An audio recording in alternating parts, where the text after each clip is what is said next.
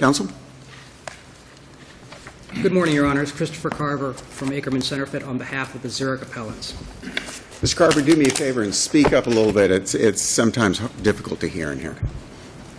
I'm seldom asked to do that. May it please the Court, I'd like to reserve 2 minutes for rebuttal. Sure. This is an appeal of a jury verdict expressly finding an oral agreement and a final judgment confirming that verdict, again, reiterating an oral agreement. This is an oral agreement which is barred by Florida statute. Well, but it's in the context of an agency agreement, which is written. And the problem seems to be that there's a term that says commissions to be negotiated. So why is this not just a case of some evidence coming in to decide what they negotiated? Because the commissions, Your Honor, were actually set before the agency agreement was effective. Did Falcontrust sign the Your Honor, establishment of the commission? Your Honor, the sequence of events was on December 31, 1998, there is the letter that sets a 13% commission.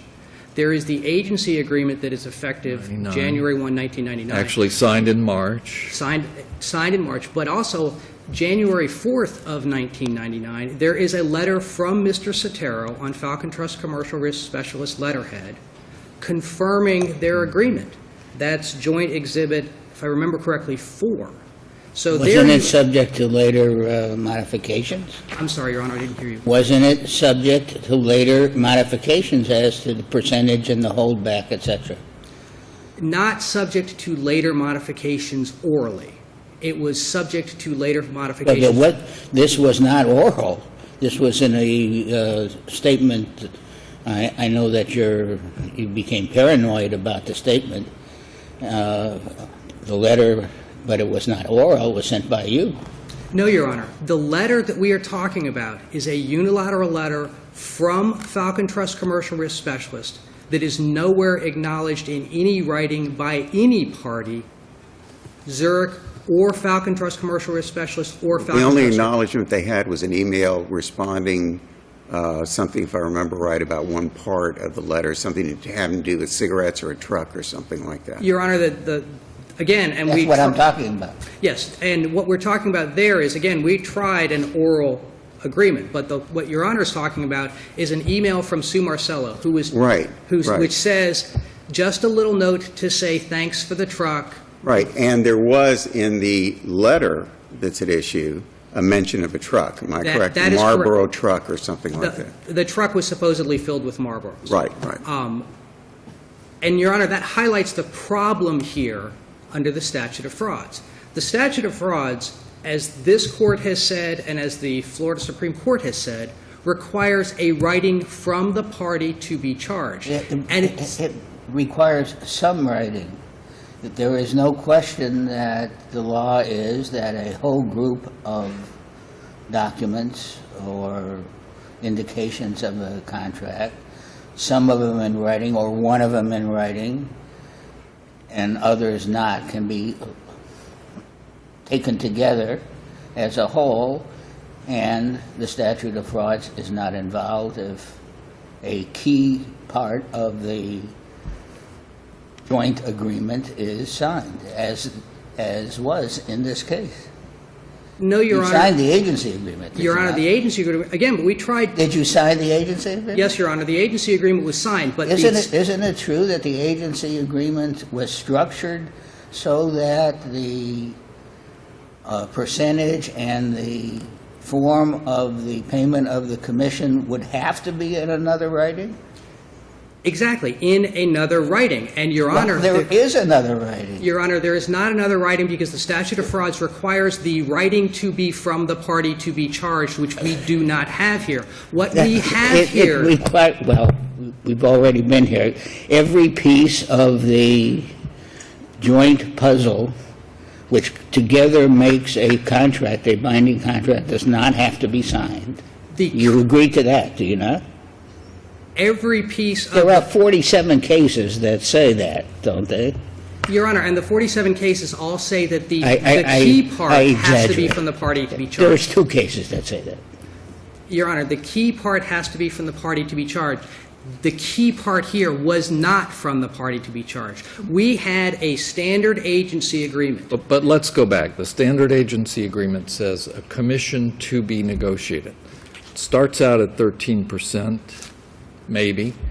Wasn't it later changed to 15%? Yes, Your Honor, in a And was writing. that signed by the agent? by It was Falcontrust? not signed by the agent, but it was part of an agreement that required, and this is important, the way that an agent is paid is pursuant to commissions, and the commissions come from insured's premiums. In this agreement, it says you have no interest in premiums absent authorization from us in writing. Well, that's And another rem- matter. That It's- has Your to Honor, do this with is- who is supposed to keep the overage. Your doesn't Honor, it? this is critical because the oral agreement, as supposedly confirmed by the letter, gives Falcontrust Commercial Risk Specialist an interest in premiums. The agency agreement specifically requires that to Well, be that- in writing. That's in But that's Section not 1D. that's not a statute of frauds issue. That's an interpretation of the agreement issue. It's a statute. As to whether, it's not a if the contract says that something, any amendment has to be in writing, it doesn't matter whether it's in the statute of frauds or not. It concerns whether the amendment is in conformance with the agreement.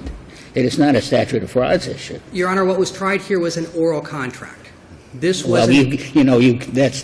you've then decided the case. That's the issue of the case. The jury verdict is explicit.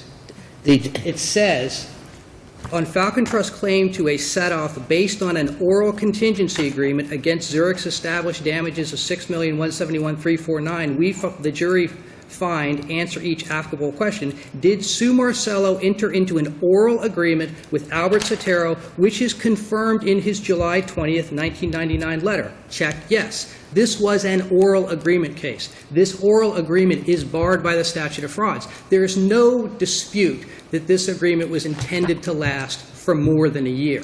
In fact, It also had a termination agreement, didn't it?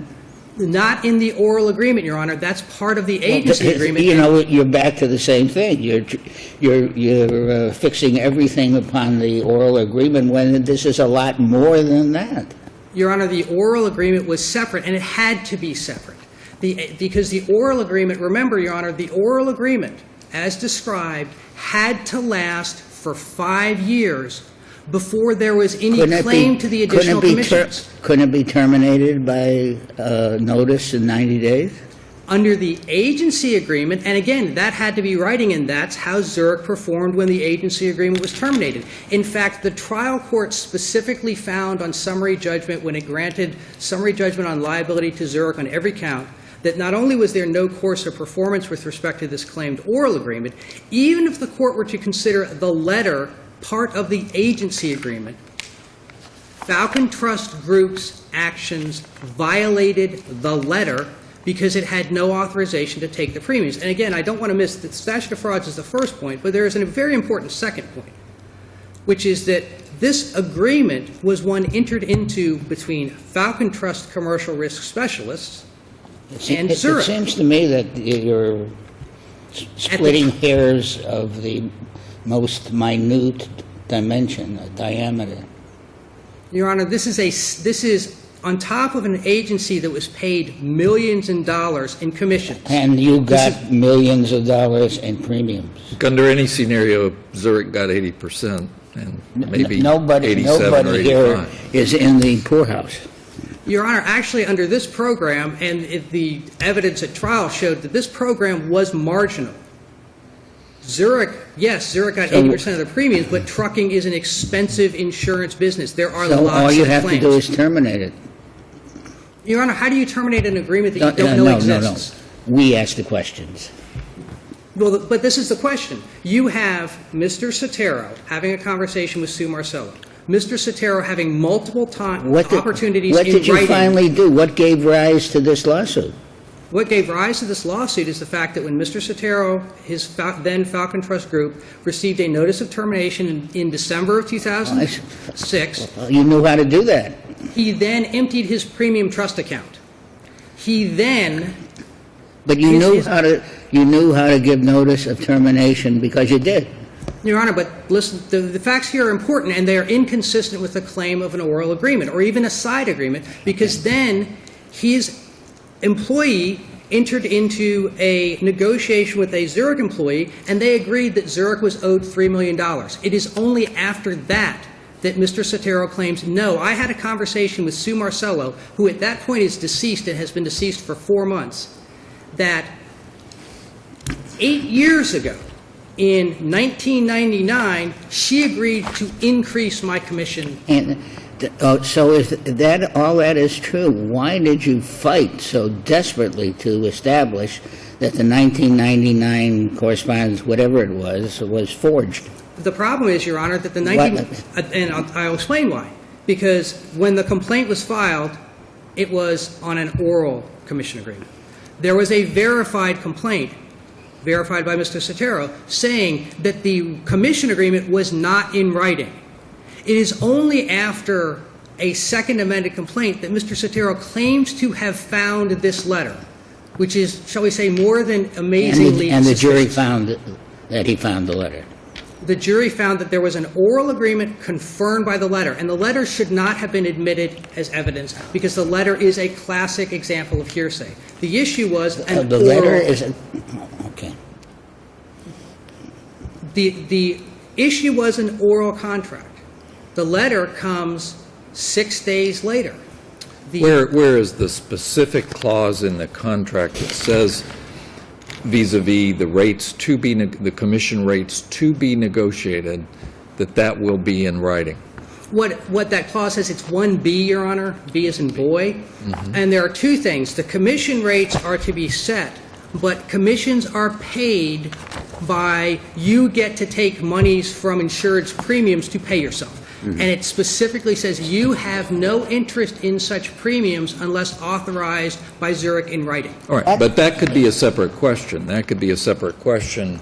Suppose Sotero had paid over the $6 million in so-called base commission or allegedly base commission, then you'd have a dispute about $7 million. Well, he was paid his base commission. But where is the provision that says that the establishment of these rates to be negotiated will be in writing? Not authorization to charge premiums for the negotiated commission, but where is it stipulated that when we set these commissions, it will be in writing?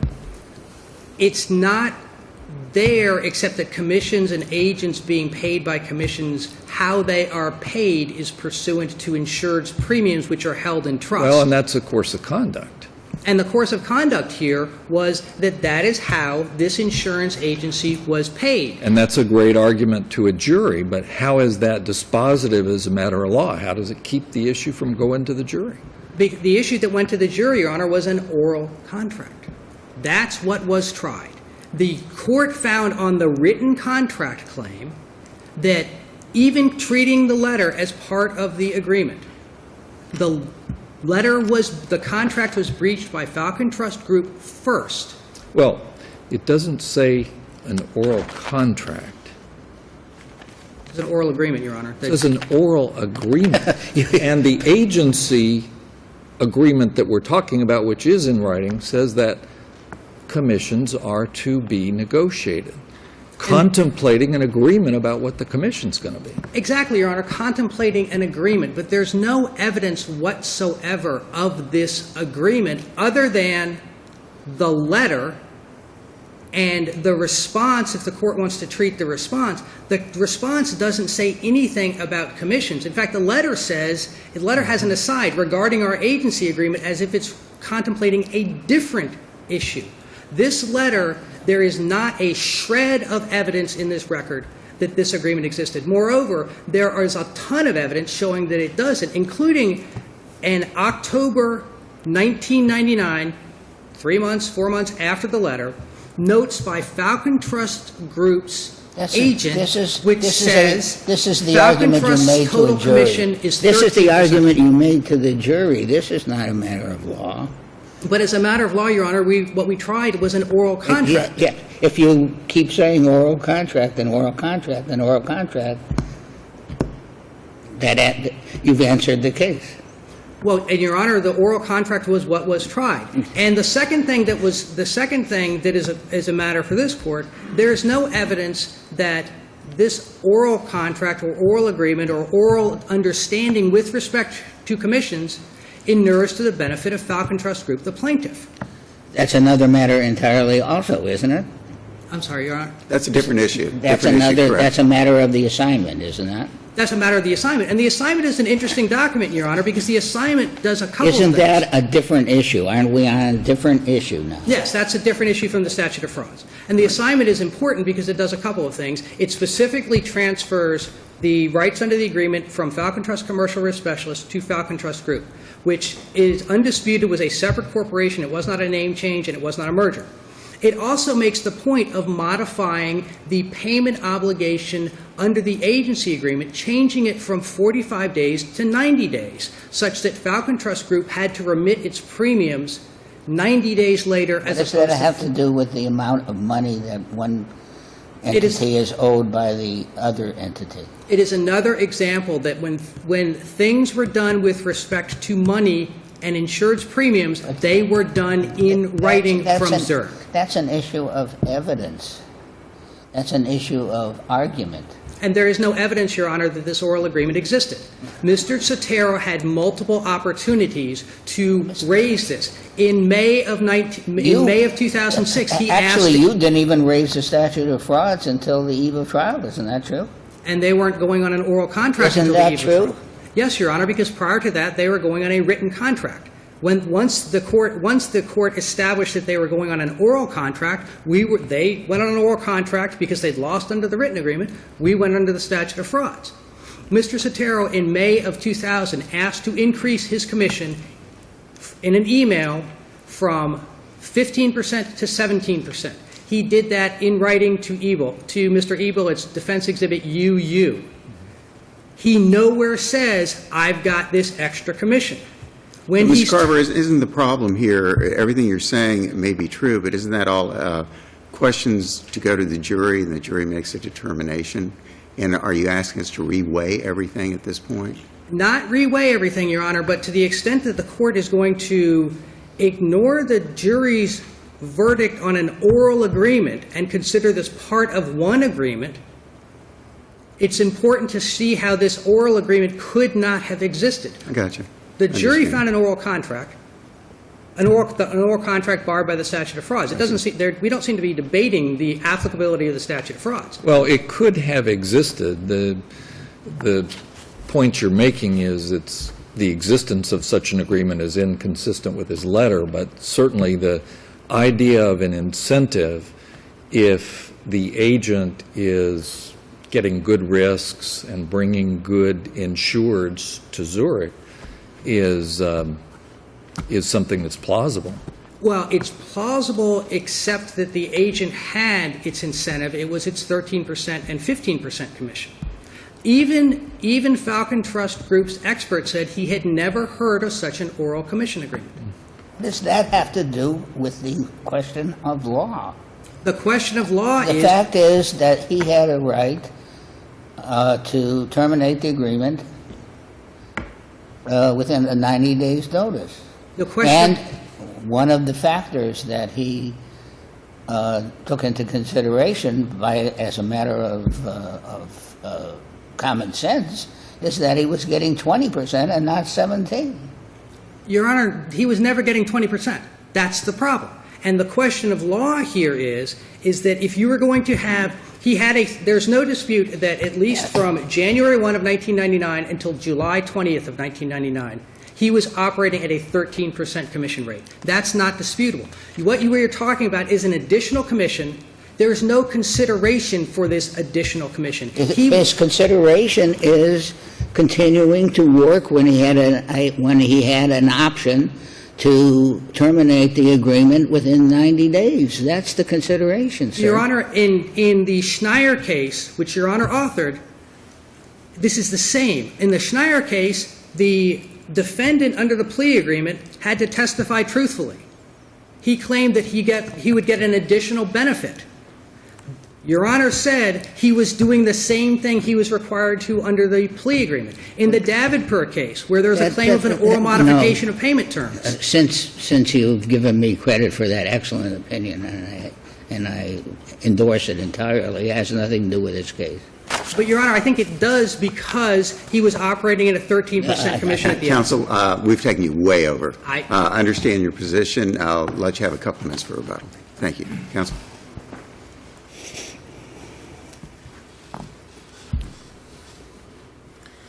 Good morning, Your Honor. May it please the Court. My name is Jack Pelzer, here today representing Falcontrust. What we have here is a case where Falcontrust proved that the 1999 letter describes the deal between the parties. In so doing, the jury implicitly rejected the two unsigned unilateral writings that Zurich claimed constituted the commission agreement. The question that's before the Court today is not whether this was the deal, but whether the statute of frauds provides Zurich some form of escape from their obligations under this contract. And of course, we feel that it does not. The trial court properly pointed out that the agency agreement is an incomplete document. It simply does not include any commission structure or percentage, as Your Honor pointed out. It's to be negotiated later. There's nothing in the agreement that says that that later agreement as to commissions must be in writing. Even if the court accepts the argument that was made below that this is an amendment in some form or fashion that was required to be signed by both parties and in writing, well, the parties clearly waived that because even the two documents that Zurich proposes as being the compensation. If they are right, there is no enforceable agreement, and they were going along for all these years with all these millions of dollars with no agreement. Precisely, Your Honor. It would have never been complete at all. As was pointed out, Florida law is very clear that an enforceable contract under the statute of frauds can be made out by multiple documents, only one of which needs to be signed by the party to be charged. Now, here we get into an interesting point. My colleague continues to emphasize the precise language of the jury interrogatory verdict that was returned.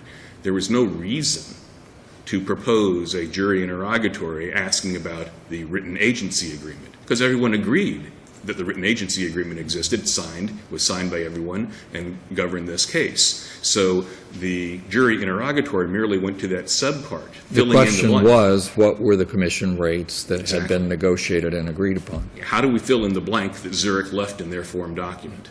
And in this case, it was negotiated between two people, as any other contract normally is. They reached an agreement, and it was confirmed in a writing. That writing happened to be signed by only one party, just like the documents that Zurich proposes. And the question was that the deal?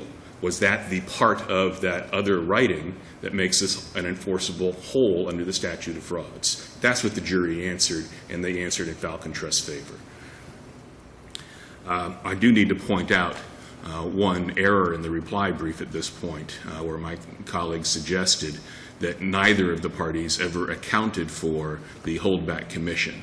That's false. In fact, within a few months of negotiating the holdback commission, Audrey Pinney, the CPA who was responsible for Falcontrust taxes, in fact had to make inquiry of her former colleagues at the IRS as to how to account for these holdback commissions. She got a response from them, and she very proudly pointed out during her testimony that Falcontrust survived the audit after that was done. So it is incorrect to say that Falcontrust did not from the beginning account for these holdback commissions. But I suppose their response to that is that that was never seen or acknowledged in any way by Zurich.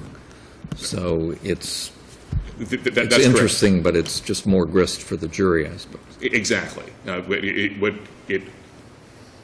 argument that was made in the reply brief is the lack of any accounting is evidence that there was no agreement. Well, in fact, there was accounting, and so that argument is incorrect, factually incorrect. We spoke very briefly about the unilateral termination clause here and why that also takes this case out of the statute of frauds. Again, there are any number of cases from this district and others that provide that a contract that is terminable at will, in essence, is outside the statute of frauds, even though the contract may in fact extend beyond a year. And this court's Wilcox case is probably the best case here, where This was the vacation package case where the hotel operator had to sue the vacation package company for failure to remit the hotel portion, even though the agreement in that case extended beyond a year, and even though damages were awarded beyond a year. The court found that contract to be enforceable because it was terminable at will, notwithstanding how long it took. That's the case we have here.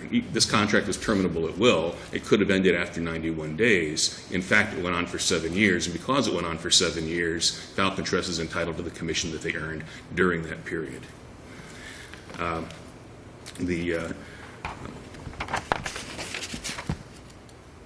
I would like to jump in. You're not required to use all your time. I would choose not to, Your Honor, if for no other reason than because my mouth is a little dry.